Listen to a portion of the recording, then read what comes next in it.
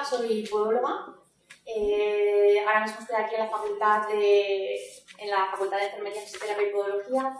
Mi tesis doctoral está desarrollada dentro de la Clínica Universitaria de Podología de la Universidad Complutense de Madrid, en la unidad de pie reumático, en la que estoy con Mariluz González Fernández, que está aquí presente, y con Rosario Morales, que no puede estar ahora mismo, pero bueno, que nos acordamos de ella. Vale, vamos a presentar parte de la tesis doctoral, ¿vale? No es el tema de la tesis como tal, sino que vamos a recoger parte de nuestra muestra y vamos a presentar los resultados, ¿vale? En este caso, la pregunta que nos vamos a hacer para presentar este estudio que presentamos hoy sería: ¿son diferentes las características de los pies en los pacientes con dolor metatarsal con y sin artritis reumatoide? Vale. Primero decir que la artritis reumatoide es una enfermedad autoinmune, sistémica, inflamatoria, de etiología multifactorial desconocida, crónica, progresiva y cuyo signo especial es la capacidad destructiva de la inflamación de la sinovial. Vale. Epidemiológicamente tiene una prevalencia mundial de 0,5 al 1% de la población general, difieren algunas poblaciones que se diferencian genéticamente, es más prevalente en el sexo femenino y sobre todo tiene un pico de incidencia en los 50 a 60 años.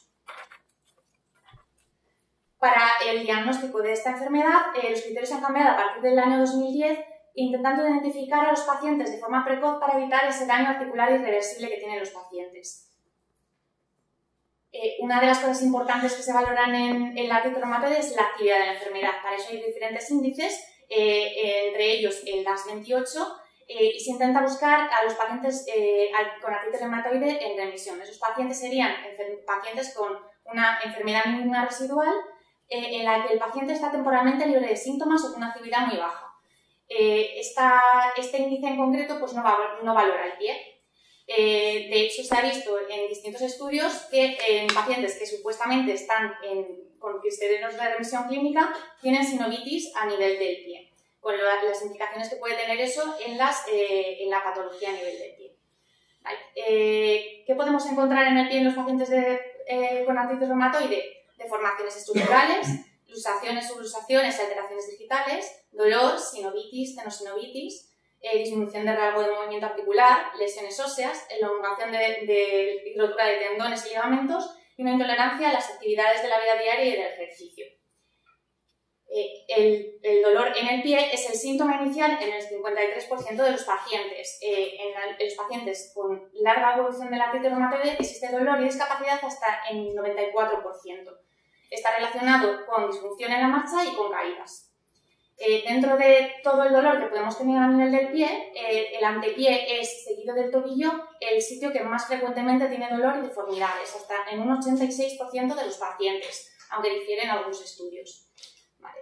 Pero, por otra parte, los pacientes que no tienen artritis reumatoide también pueden tener dolor a nivel metatarsal. Hay distintos estudios en las consultas especializadas que dan una prevalencia de 32,5 a 88,6% de dolor de este tipo de dolor.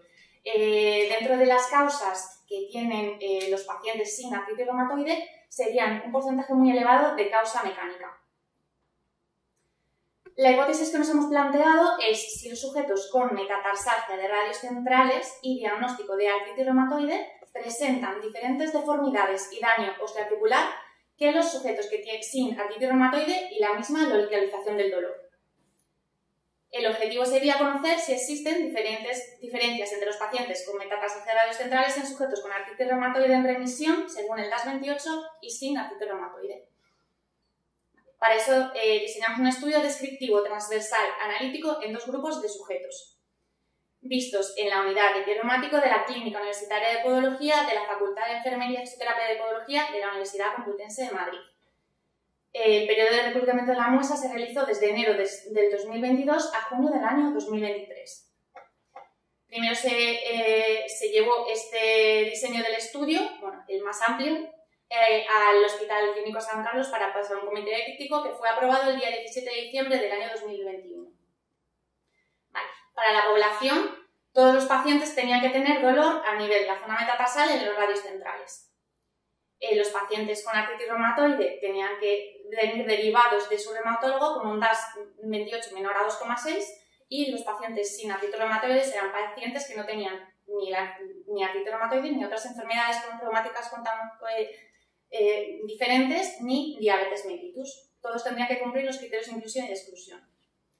Ser mayores de 18 años, acceder de forma voluntaria a realizar el estudio, firmar el consentimiento informado, aportar radiología simple de ambos pies en carga realizada con un tiempo no superior a un año, no tener cirugías osteoarticulares en los pies y tobillos, enfermedades reumáticas concomitantes o diabetes mellitus, que no puedan colaborar con las exploraciones físicas o cognitivamente, presentar heridas o úlceras en el momento de la exploración y presentar tumores o masas en los pies. Un primer observador, podólogo con más de 12 años de experiencia, no cegado en este caso, haría la anamnesis y la entrevista clínica, valorando el dolor, la escala del dolor de EVA, el cuestionario SF12 de salud, una exploración clínica en carga y descarga, valorando el índice postural del pie, la posición relajada del calcáneo y las deformidades, y una valoración ecográfica. Y un segundo observador, podólogo especialista en pie reumático, radiología y ecografía, con más de 30 años de experiencia clínica, en este caso cegado, ya que se harían previamente las radiografías y se la aportarían posteriormente sin que esa persona supiera qué tipo de paciente estaba evaluando, valoraría las lesiones radiológicas. El primer observador introduciría los datos en el paquete estadístico SPSS versión 25.0 y se generarán las estadísticas descriptivas para la edad en media y desviación estándar de los años y la duración de la enfermedad, el sexo en la prueba en proporción, en frecuencias relativas. Se aplicó una prueba de Shapiro-Wilk en los datos para ver si teníamos que utilizar pruebas paramétricas o no paramétricas, y finalmente utilizamos pruebas de T-Student y la prueba de H cuadrado, teniendo un nivel de confianza del 95% y considerando estadísticamente significativos los valores P inferiores a 0,05. Los resultados que hemos encontrado serían: los pacientes con artritis reumatoide serían 49 pacientes y 29 pacientes sin artritis reumatoide. En las dos muestras no había una diferencia estadísticamente significativa en cuanto a sexo, edad y índice de masa corporal. Como vemos, el sexo es más predominante en mujeres, como dice la propia prevalencia de la enfermedad. Vale. En cuanto a las comorbilidades, no había tampoco diferencias estadísticamente significativas entre las dos muestras. Y en cuanto a la medicación, si encontramos esas diferencias, vimos como la propia medicación de la artritis reumatoide, en la que se intenta llevar a los pacientes a remisión, solamente se da en los pacientes con artritis reumatoide, y también había diferencias en la medicación de calcio, vitamina D, y los pacientes con artritis reumatoide también tomaban más medicación antiinflamatoria AINES, y no había una diferencia en cambio en el paracetamol. En cuanto a hábitos, los hábitos eran similares en cuanto al tabaquismo, alcohol y consumo de drogas, no habiendo diferencias estadísticamente significativas, pero sí hubo diferencias entre los grupos en cuanto al sedentarismo. Eso puede concordar con estudios como el de Tataki y Noguchi, que observaron también una disminución de la actividad en sujetos con artritis reumatoide y dolor en el medio pie. También hay estudios que han visto que el dolor en el pie de por sí puede generar una limitación en la actividad física, con lo cual si había una diferencia en los pacientes con artritis reumatoide, que esa todavía es más exagerada en ese tipo de pacientes.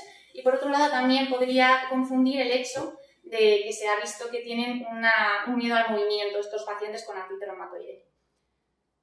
En cuanto a los resultados del cuestionario de salud SF12, vimos que en cuanto a la calidad de vida, vimos que el componente físico es el que encontraba más diferencias entre los pacientes con artritis reumatoide y sin artritis reumatoide. En cambio, no había tantas diferencias en las preguntas referentes al componente emocional. Esto concuerda con los datos encontrados por Reynoso Cobo, en el que también encontró resultados similares, aunque en su caso el dolor era más alto en los pacientes con artritis reumatoide, que como veremos en nuestra muestra no era el caso de nuestra muestra.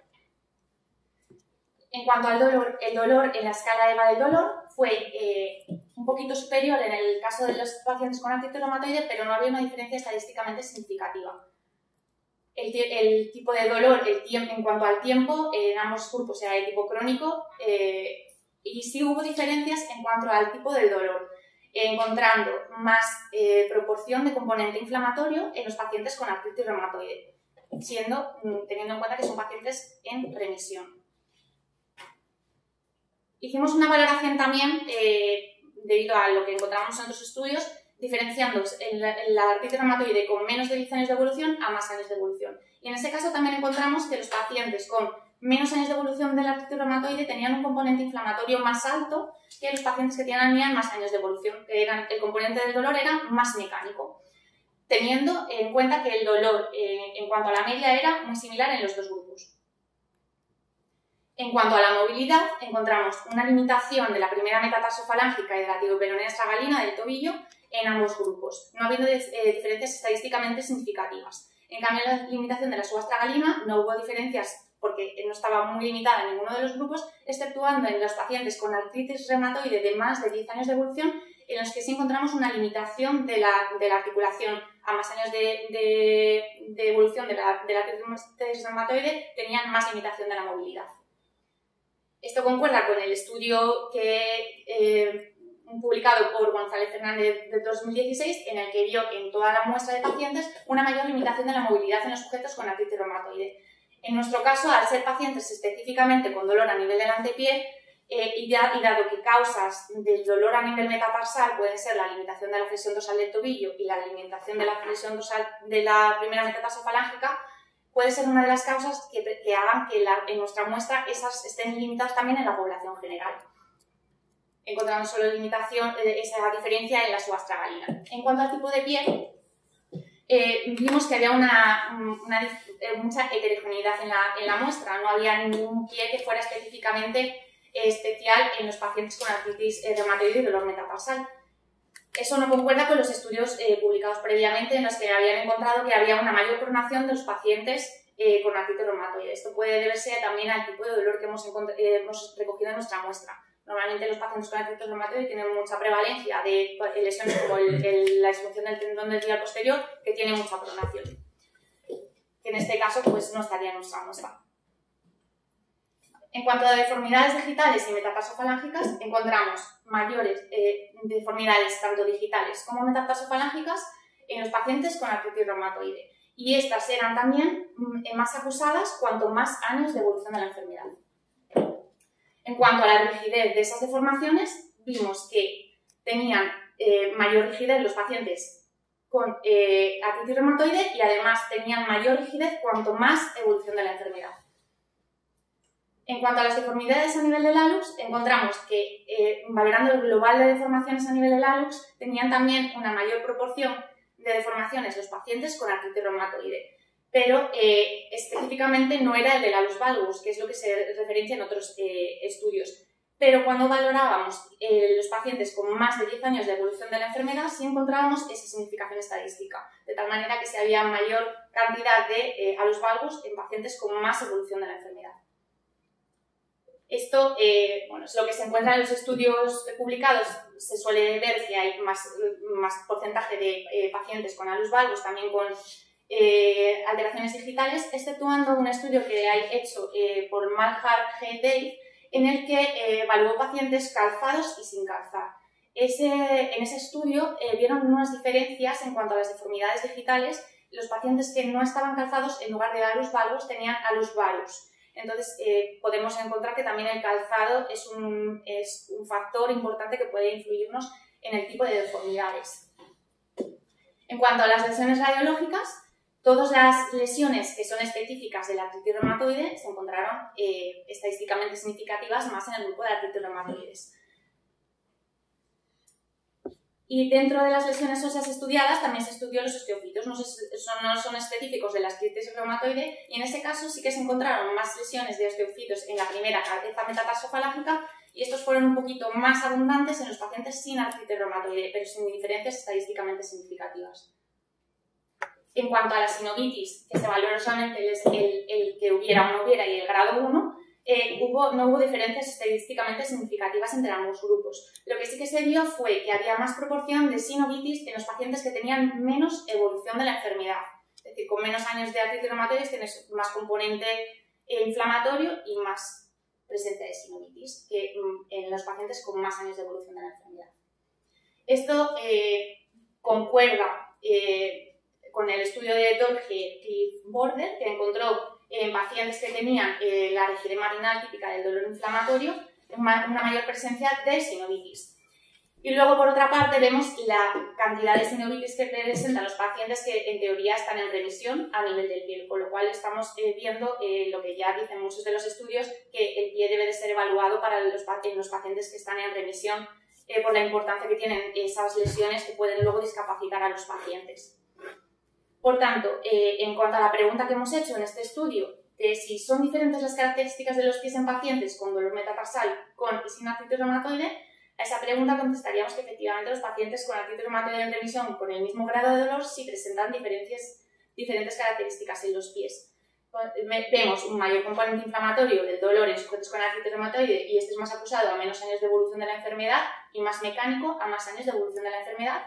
Tenemos una mayor limitación física, mayores deformidades digitales, luxaciones, subluxaciones, y estas son más rígidas, un mayor número de lesiones óseas a nivel radiográfico, exceptuando los osteocitos que son más frecuentes en M1 en los que no hubo diferencias, y en cambio no tenían unas diferencias en la movilidad, estando limitada en ambas la flexión dorsal del tobillo y la primera metatarsofalángicas, y la movilidad, en cambio sí la movilidad de la subastragalina, que fue mayor a más años de evolución de la enfermedad, no tenían tampoco un tipo de pie predominante ni eran diferentes respecto a los sujetos con artritis reumatoide y no tenían diferencias en la sinovitis primaria, aunque sí tenían un mayor grado de sinovitis los sujetos con menor años de evolución de la artritis reumatoide respecto a ambos, en relación al tipo de dolor de esa muestra.